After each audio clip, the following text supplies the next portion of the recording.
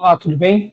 Na aula anterior, nós passamos por todo o cockpit do nosso Copilot Studio, né? Então, o cockpit do nosso Copilot Studio, ele passa por um navegador, não importa qual seja, aqui nós estamos usando o da Microsoft mesmo, o Edge, ok?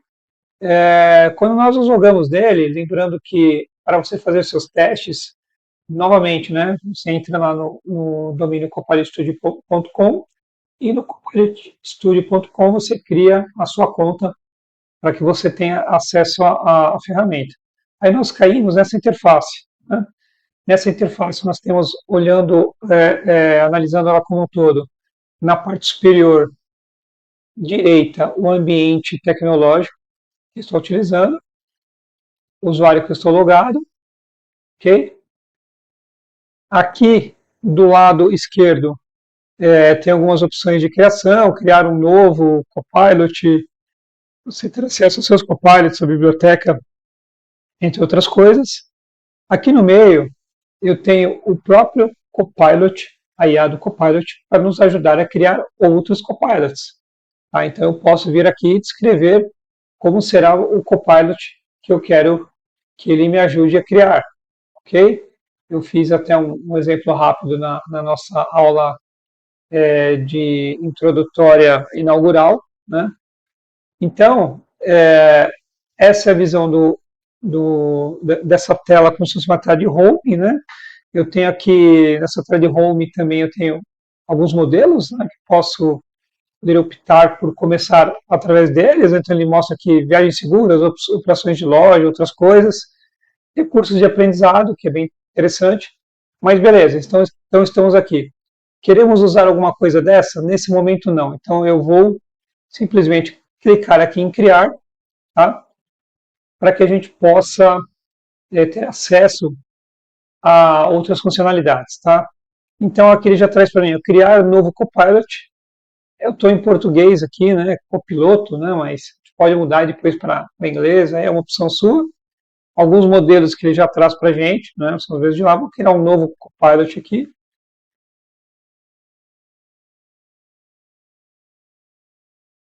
Aí ele já traz para mim aqui a opção para eu dar o nome para esse Copilot, tá? Então vou colocar alguma coisa só para a gente poder abrir, né? Vou colocar aqui, ó. Nós tivemos a aula 0, aula 1, essa é a aula 2, ok? Alterar um ícone, colocar uma descrição, vamos chamá-lo de chatbot para atendimento aos clientes. Bem introdutório ainda. Instruções, direcione o comportamento, bababá. Vocês repararam uma coisa? Ele já trouxe para mim, já pensando em IA, né? Então, que alguma coisa aqui, não vou me preocupar muito agora com instruções, com nada, de onde vem a base de conhecimento, né? Essa base de conhecimento já vai vir de algum software, de alguma conexão com alguma base de dados. Vou dar um criar e ele está criando para mim aqui o meu copiloto, né, dessa aula 2, e ele trará para mim aqui toda a disposição de funcionalidades, correto? Então, aqui do lado, ele mostra para mim já, vamos começar de novo aqui analisando, canto superior direito. De novo aqui a questão de ambiente, ele traz uma parte de configurações, né, outra parte aqui para exportação, site de demonstração, outras coisas não vamos ver agora. A parte de testes, vou fechar a parte de testes por enquanto, não vamos testar nada ainda, ok? Aí ele traz para a gente visão geral, né? Quando eu subo, peço para ele criar para mim um Copilot do zero, mesmo assim ele já me traz aqui pelo menos 3 tópicos que é justamente fluxos, são os fluxos dos meus chatbots, tá? Então, nesse caso, ele já trouxe aqui ó, um tópico simples com uma condição e uma variável, um tópico com uma condição variável, uma entidade pré-definida. Ou seja, eu abrindo um desses caras aqui, você vai ver, na verdade, workflows, tá? E Então, gatilho de abertura, mensagem, redirecionamento, não é o que nós pretendemos mexer nesse momento. Então, vamos voltar para a visão geral. Tá? Então, mais aqui para o meio, conhecimento, como eu falei, a gente abordar aqui no módulo de A, o detalhe inicial, né, do meu chatbot, nome do chatbot, uma descrição, algo do tipo. Aqui embaixo, ações, gatilhos, né, status do Copilot publicado, a gente não publicou nenhuma vez ainda, e vamos voltar aqui para cima. Então, como diz, testes, configurações. Então, a configuração inicial, IA generativa, estou usando? Não. Segurança. Segurança aqui é autenticação e a segurança de cada canal que eu vou utilizar. Tá? Então, como eu vou fazer essa autenticação? Né? Uma autenticação com ID Microsoft, uma autenticação manual, será sem autenticação? Normalmente um chatbot para um cliente que você ainda está capturando e tudo mais, está em fase de ser, ainda de se tornar um cliente, ou seja, um lead, normalmente a gente deixa sem autenticação, né? Então você escolhe aqui como que ele vai se comportar, não salvar, né?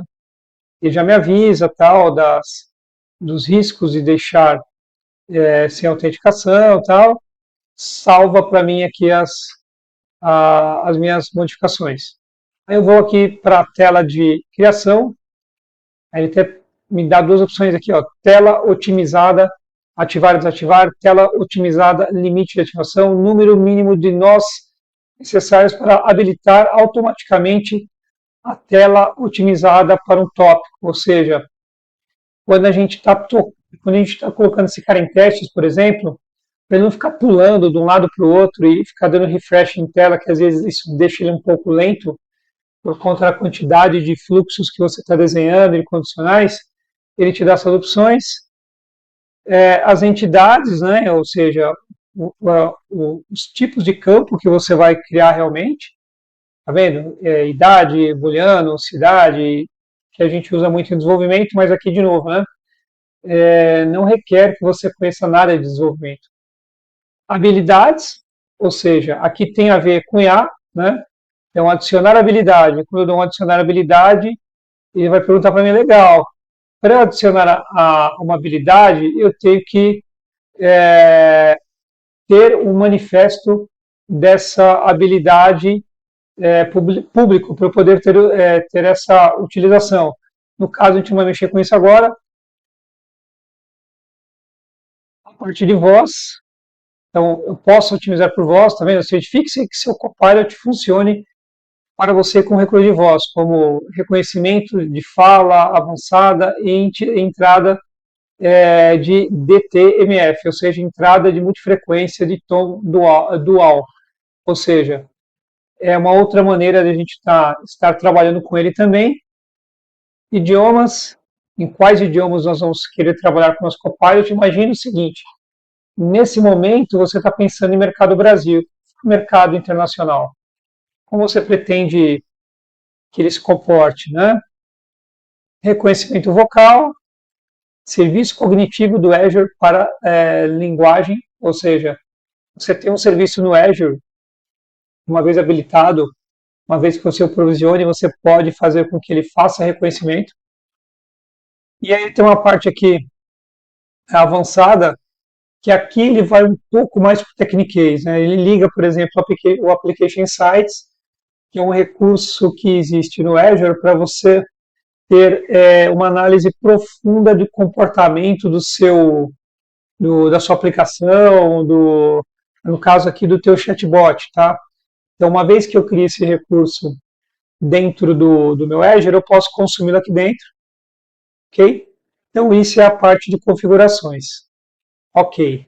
Então, eu vim aqui em configurações e tem a publicação também. Se eu clicar em publicar, ele vai publicar algo que não existe. Então, eu não vou clicar agora, vou dar um cancelar. Agora, vamos de novo aqui, da direita para a esquerda. Eu tenho canais, análise, ações, tópicos, conhecimento. Ok. Vamos começar do final. Canais, como eu mostrei para vocês na aula anterior.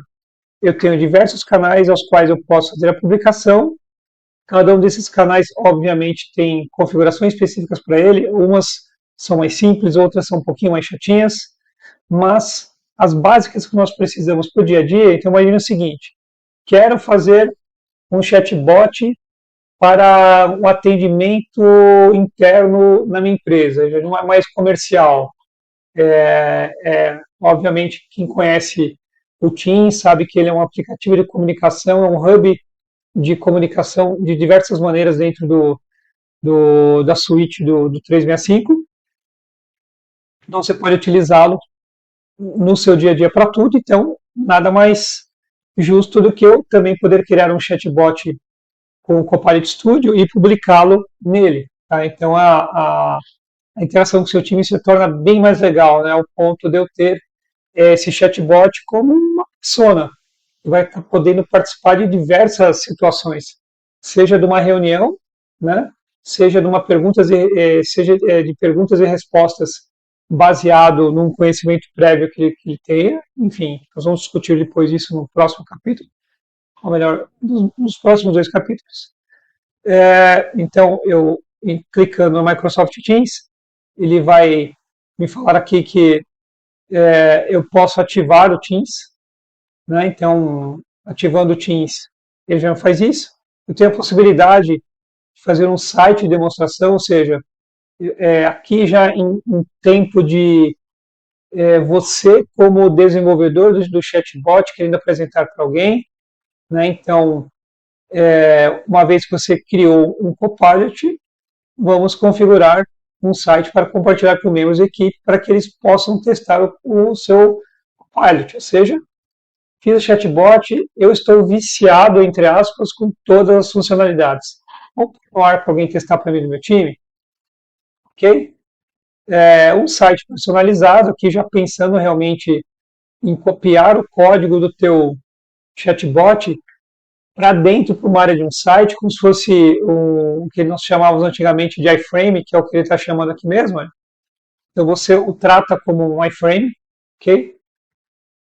Um aplicativo móvel, você pode colocá-lo dentro de um app que você desenvolveu ou venha desenvolver. Você pode fazer com que ele interaja nos chats de Facebook também, tá? Tudo isso que eu estou mostrando para vocês, para você, é nativo da ferramenta. Obviamente que você precisa fazer um trabalho na outra ponta para que você consiga utilizá-lo. Com Skype, mesma coisa. Com Slack, Telegram. O Twilio, para quem não sabe, ele é um aplicativo de SMS, né? Então, uma vez que eu tenho o serviço de SMS ligado do outro lado, eu posso interagir por SMS. É bem interessante também. Existem, às vezes, necessidades muito básicas que você quer interagir de uma maneira bem simples, como, por exemplo, seu cliente recebeu um SMS seu e, por exemplo, se você concorda com a venda, clique em 1. Se você discorda, clique em 2, né? E ele vai interagir com a gente. E uma fala também, né, por voz, comando de voz, por e-mail, que é bem legal também, né? Você pode interagir por e-mail também, ou seja, o chatbot vai seguir um fluxo por e-mail. Tem outros, aqui são canais convencionais, né, como eu disse para vocês, convencionais entre aspas, né, são canais que tem dentro da ferramenta e você pode estar configurando naturalmente entre outros canais, tá? Tem também o que eles chamam aqui de hub do engajamento do cliente, ou seja, eu tenho canais que eu posso interagir também que são, por diversas vezes, meio de caminho, né? Então, por exemplo, eu tenho aqui o Zendesk, tenho o ServiceNow, tenho o Dynamics Customer Services, são aplicativos que você utiliza para um Service Desk mesmo, né? Para um sistema de ticket. Então, não que os outros não sejam assim, né? O Salesforce, o LivePerson, o Genesis, mas são caminhos mais empacotados, ok? Então, essa é a parte de canais. Na parte de análise, ele vai tentar trazer para mim aqui logo de cara um relatório de um dashboard de Power BI, é claro que vai estar vazio, né? Mas nesse ponto ele já traz para a gente um dashboard com todo o poder analítico do teu bot, já com um template padrão. Ele mostra lá é, tempo de utilização ao longo do período que você determinou aqui em cima no relatório, ok? Para que ele te traga aqui por quanto tempo aí cada interação ocorreu, resultado de sessão ao longo do tempo, impulsionadores, entre outras coisas, né? Aí você tem alguns percentuais aqui, CSAT, taxa de abandono, taxa de escalação, taxa de resolução. Então, esse dashboard está aqui, um dashboard que vem com a ferramenta, que vem com a plataforma, a gente pode criar outras na medida que for necessário. Aí ele tem algumas outras visões, por exemplo, a satisfação do cliente. Tá? Então, são vários dashboards que você pode estar utilizando aí para que você já tenha uma massa de informações para você entender se está fazendo sentido ou não no seu bot, se as pessoas estão interagindo, ou seja, é por aqui que você vai saber se está funcionando. Tá? E a parte das ações, tá? Então, quando eu clico em adicionar uma ação, eu estou dizendo que, na verdade, eu vou interagir com algo. Então, os meus fluxos que eu estou criando, que é a primeira coisa que eu mostrei para vocês, ele precisa interagir com algo. Então, na hora que a gente estiver já na parte da construção dos fluxos, a gente vai trabalhar melhor isso aqui. Mas, por exemplo, eu tenho aqui conectores personalizados, fluxos, habilidades, bibliotecas. Então, por exemplo, enviar uma notificação por e-mail. Isso é uma ação, né? Quando eu adiciono essa ação, ela vai estar vinculada a algo dentro de um fluxo, tá? Os tópicos, que é uma das coisas principais que a gente tem dentro desse contexto todo aqui do nosso Copilot Studio, tá? Então eu tenho lá, logo de cara, como eu disse para vocês, mesmo por mais que eu comece em branco, um zero, um zerado, ele já traz para a gente algumas lições, né? Lição 1, lição 2, lição 3, que são tópicos que a gente vai estar utilizando, ok? E aqui ele me mostra os gatilhos, quais frases, o que é um gatilho? Forma que você utiliza para chamar aquela fase. Nós vamos ver isso daí nos próximos capítulos. Aqui eu ativo, desativo, né? Por que eu ativaria ou desativaria esses tópicos? Justamente porque pode ser que em algum momento eu não queira trabalhar com ele, ou não faz sentido, estou fazendo um teste ou algo do tipo, eu não quero mexer com ele agora. Então ele mostra para mim aqui, eu cliquei em todos, ele mostra para mim os personalizados e os que são de sistema.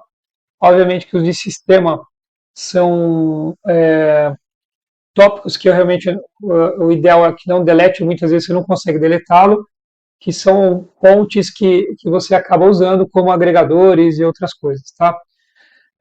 A parte do conhecimento, que nós já exploramos rapidamente, mas o conhecimento é realmente a parte de A, né? Então, onde está meu knowledge base? Então, de onde eu vou trazer essas informações? Trarei de um site público?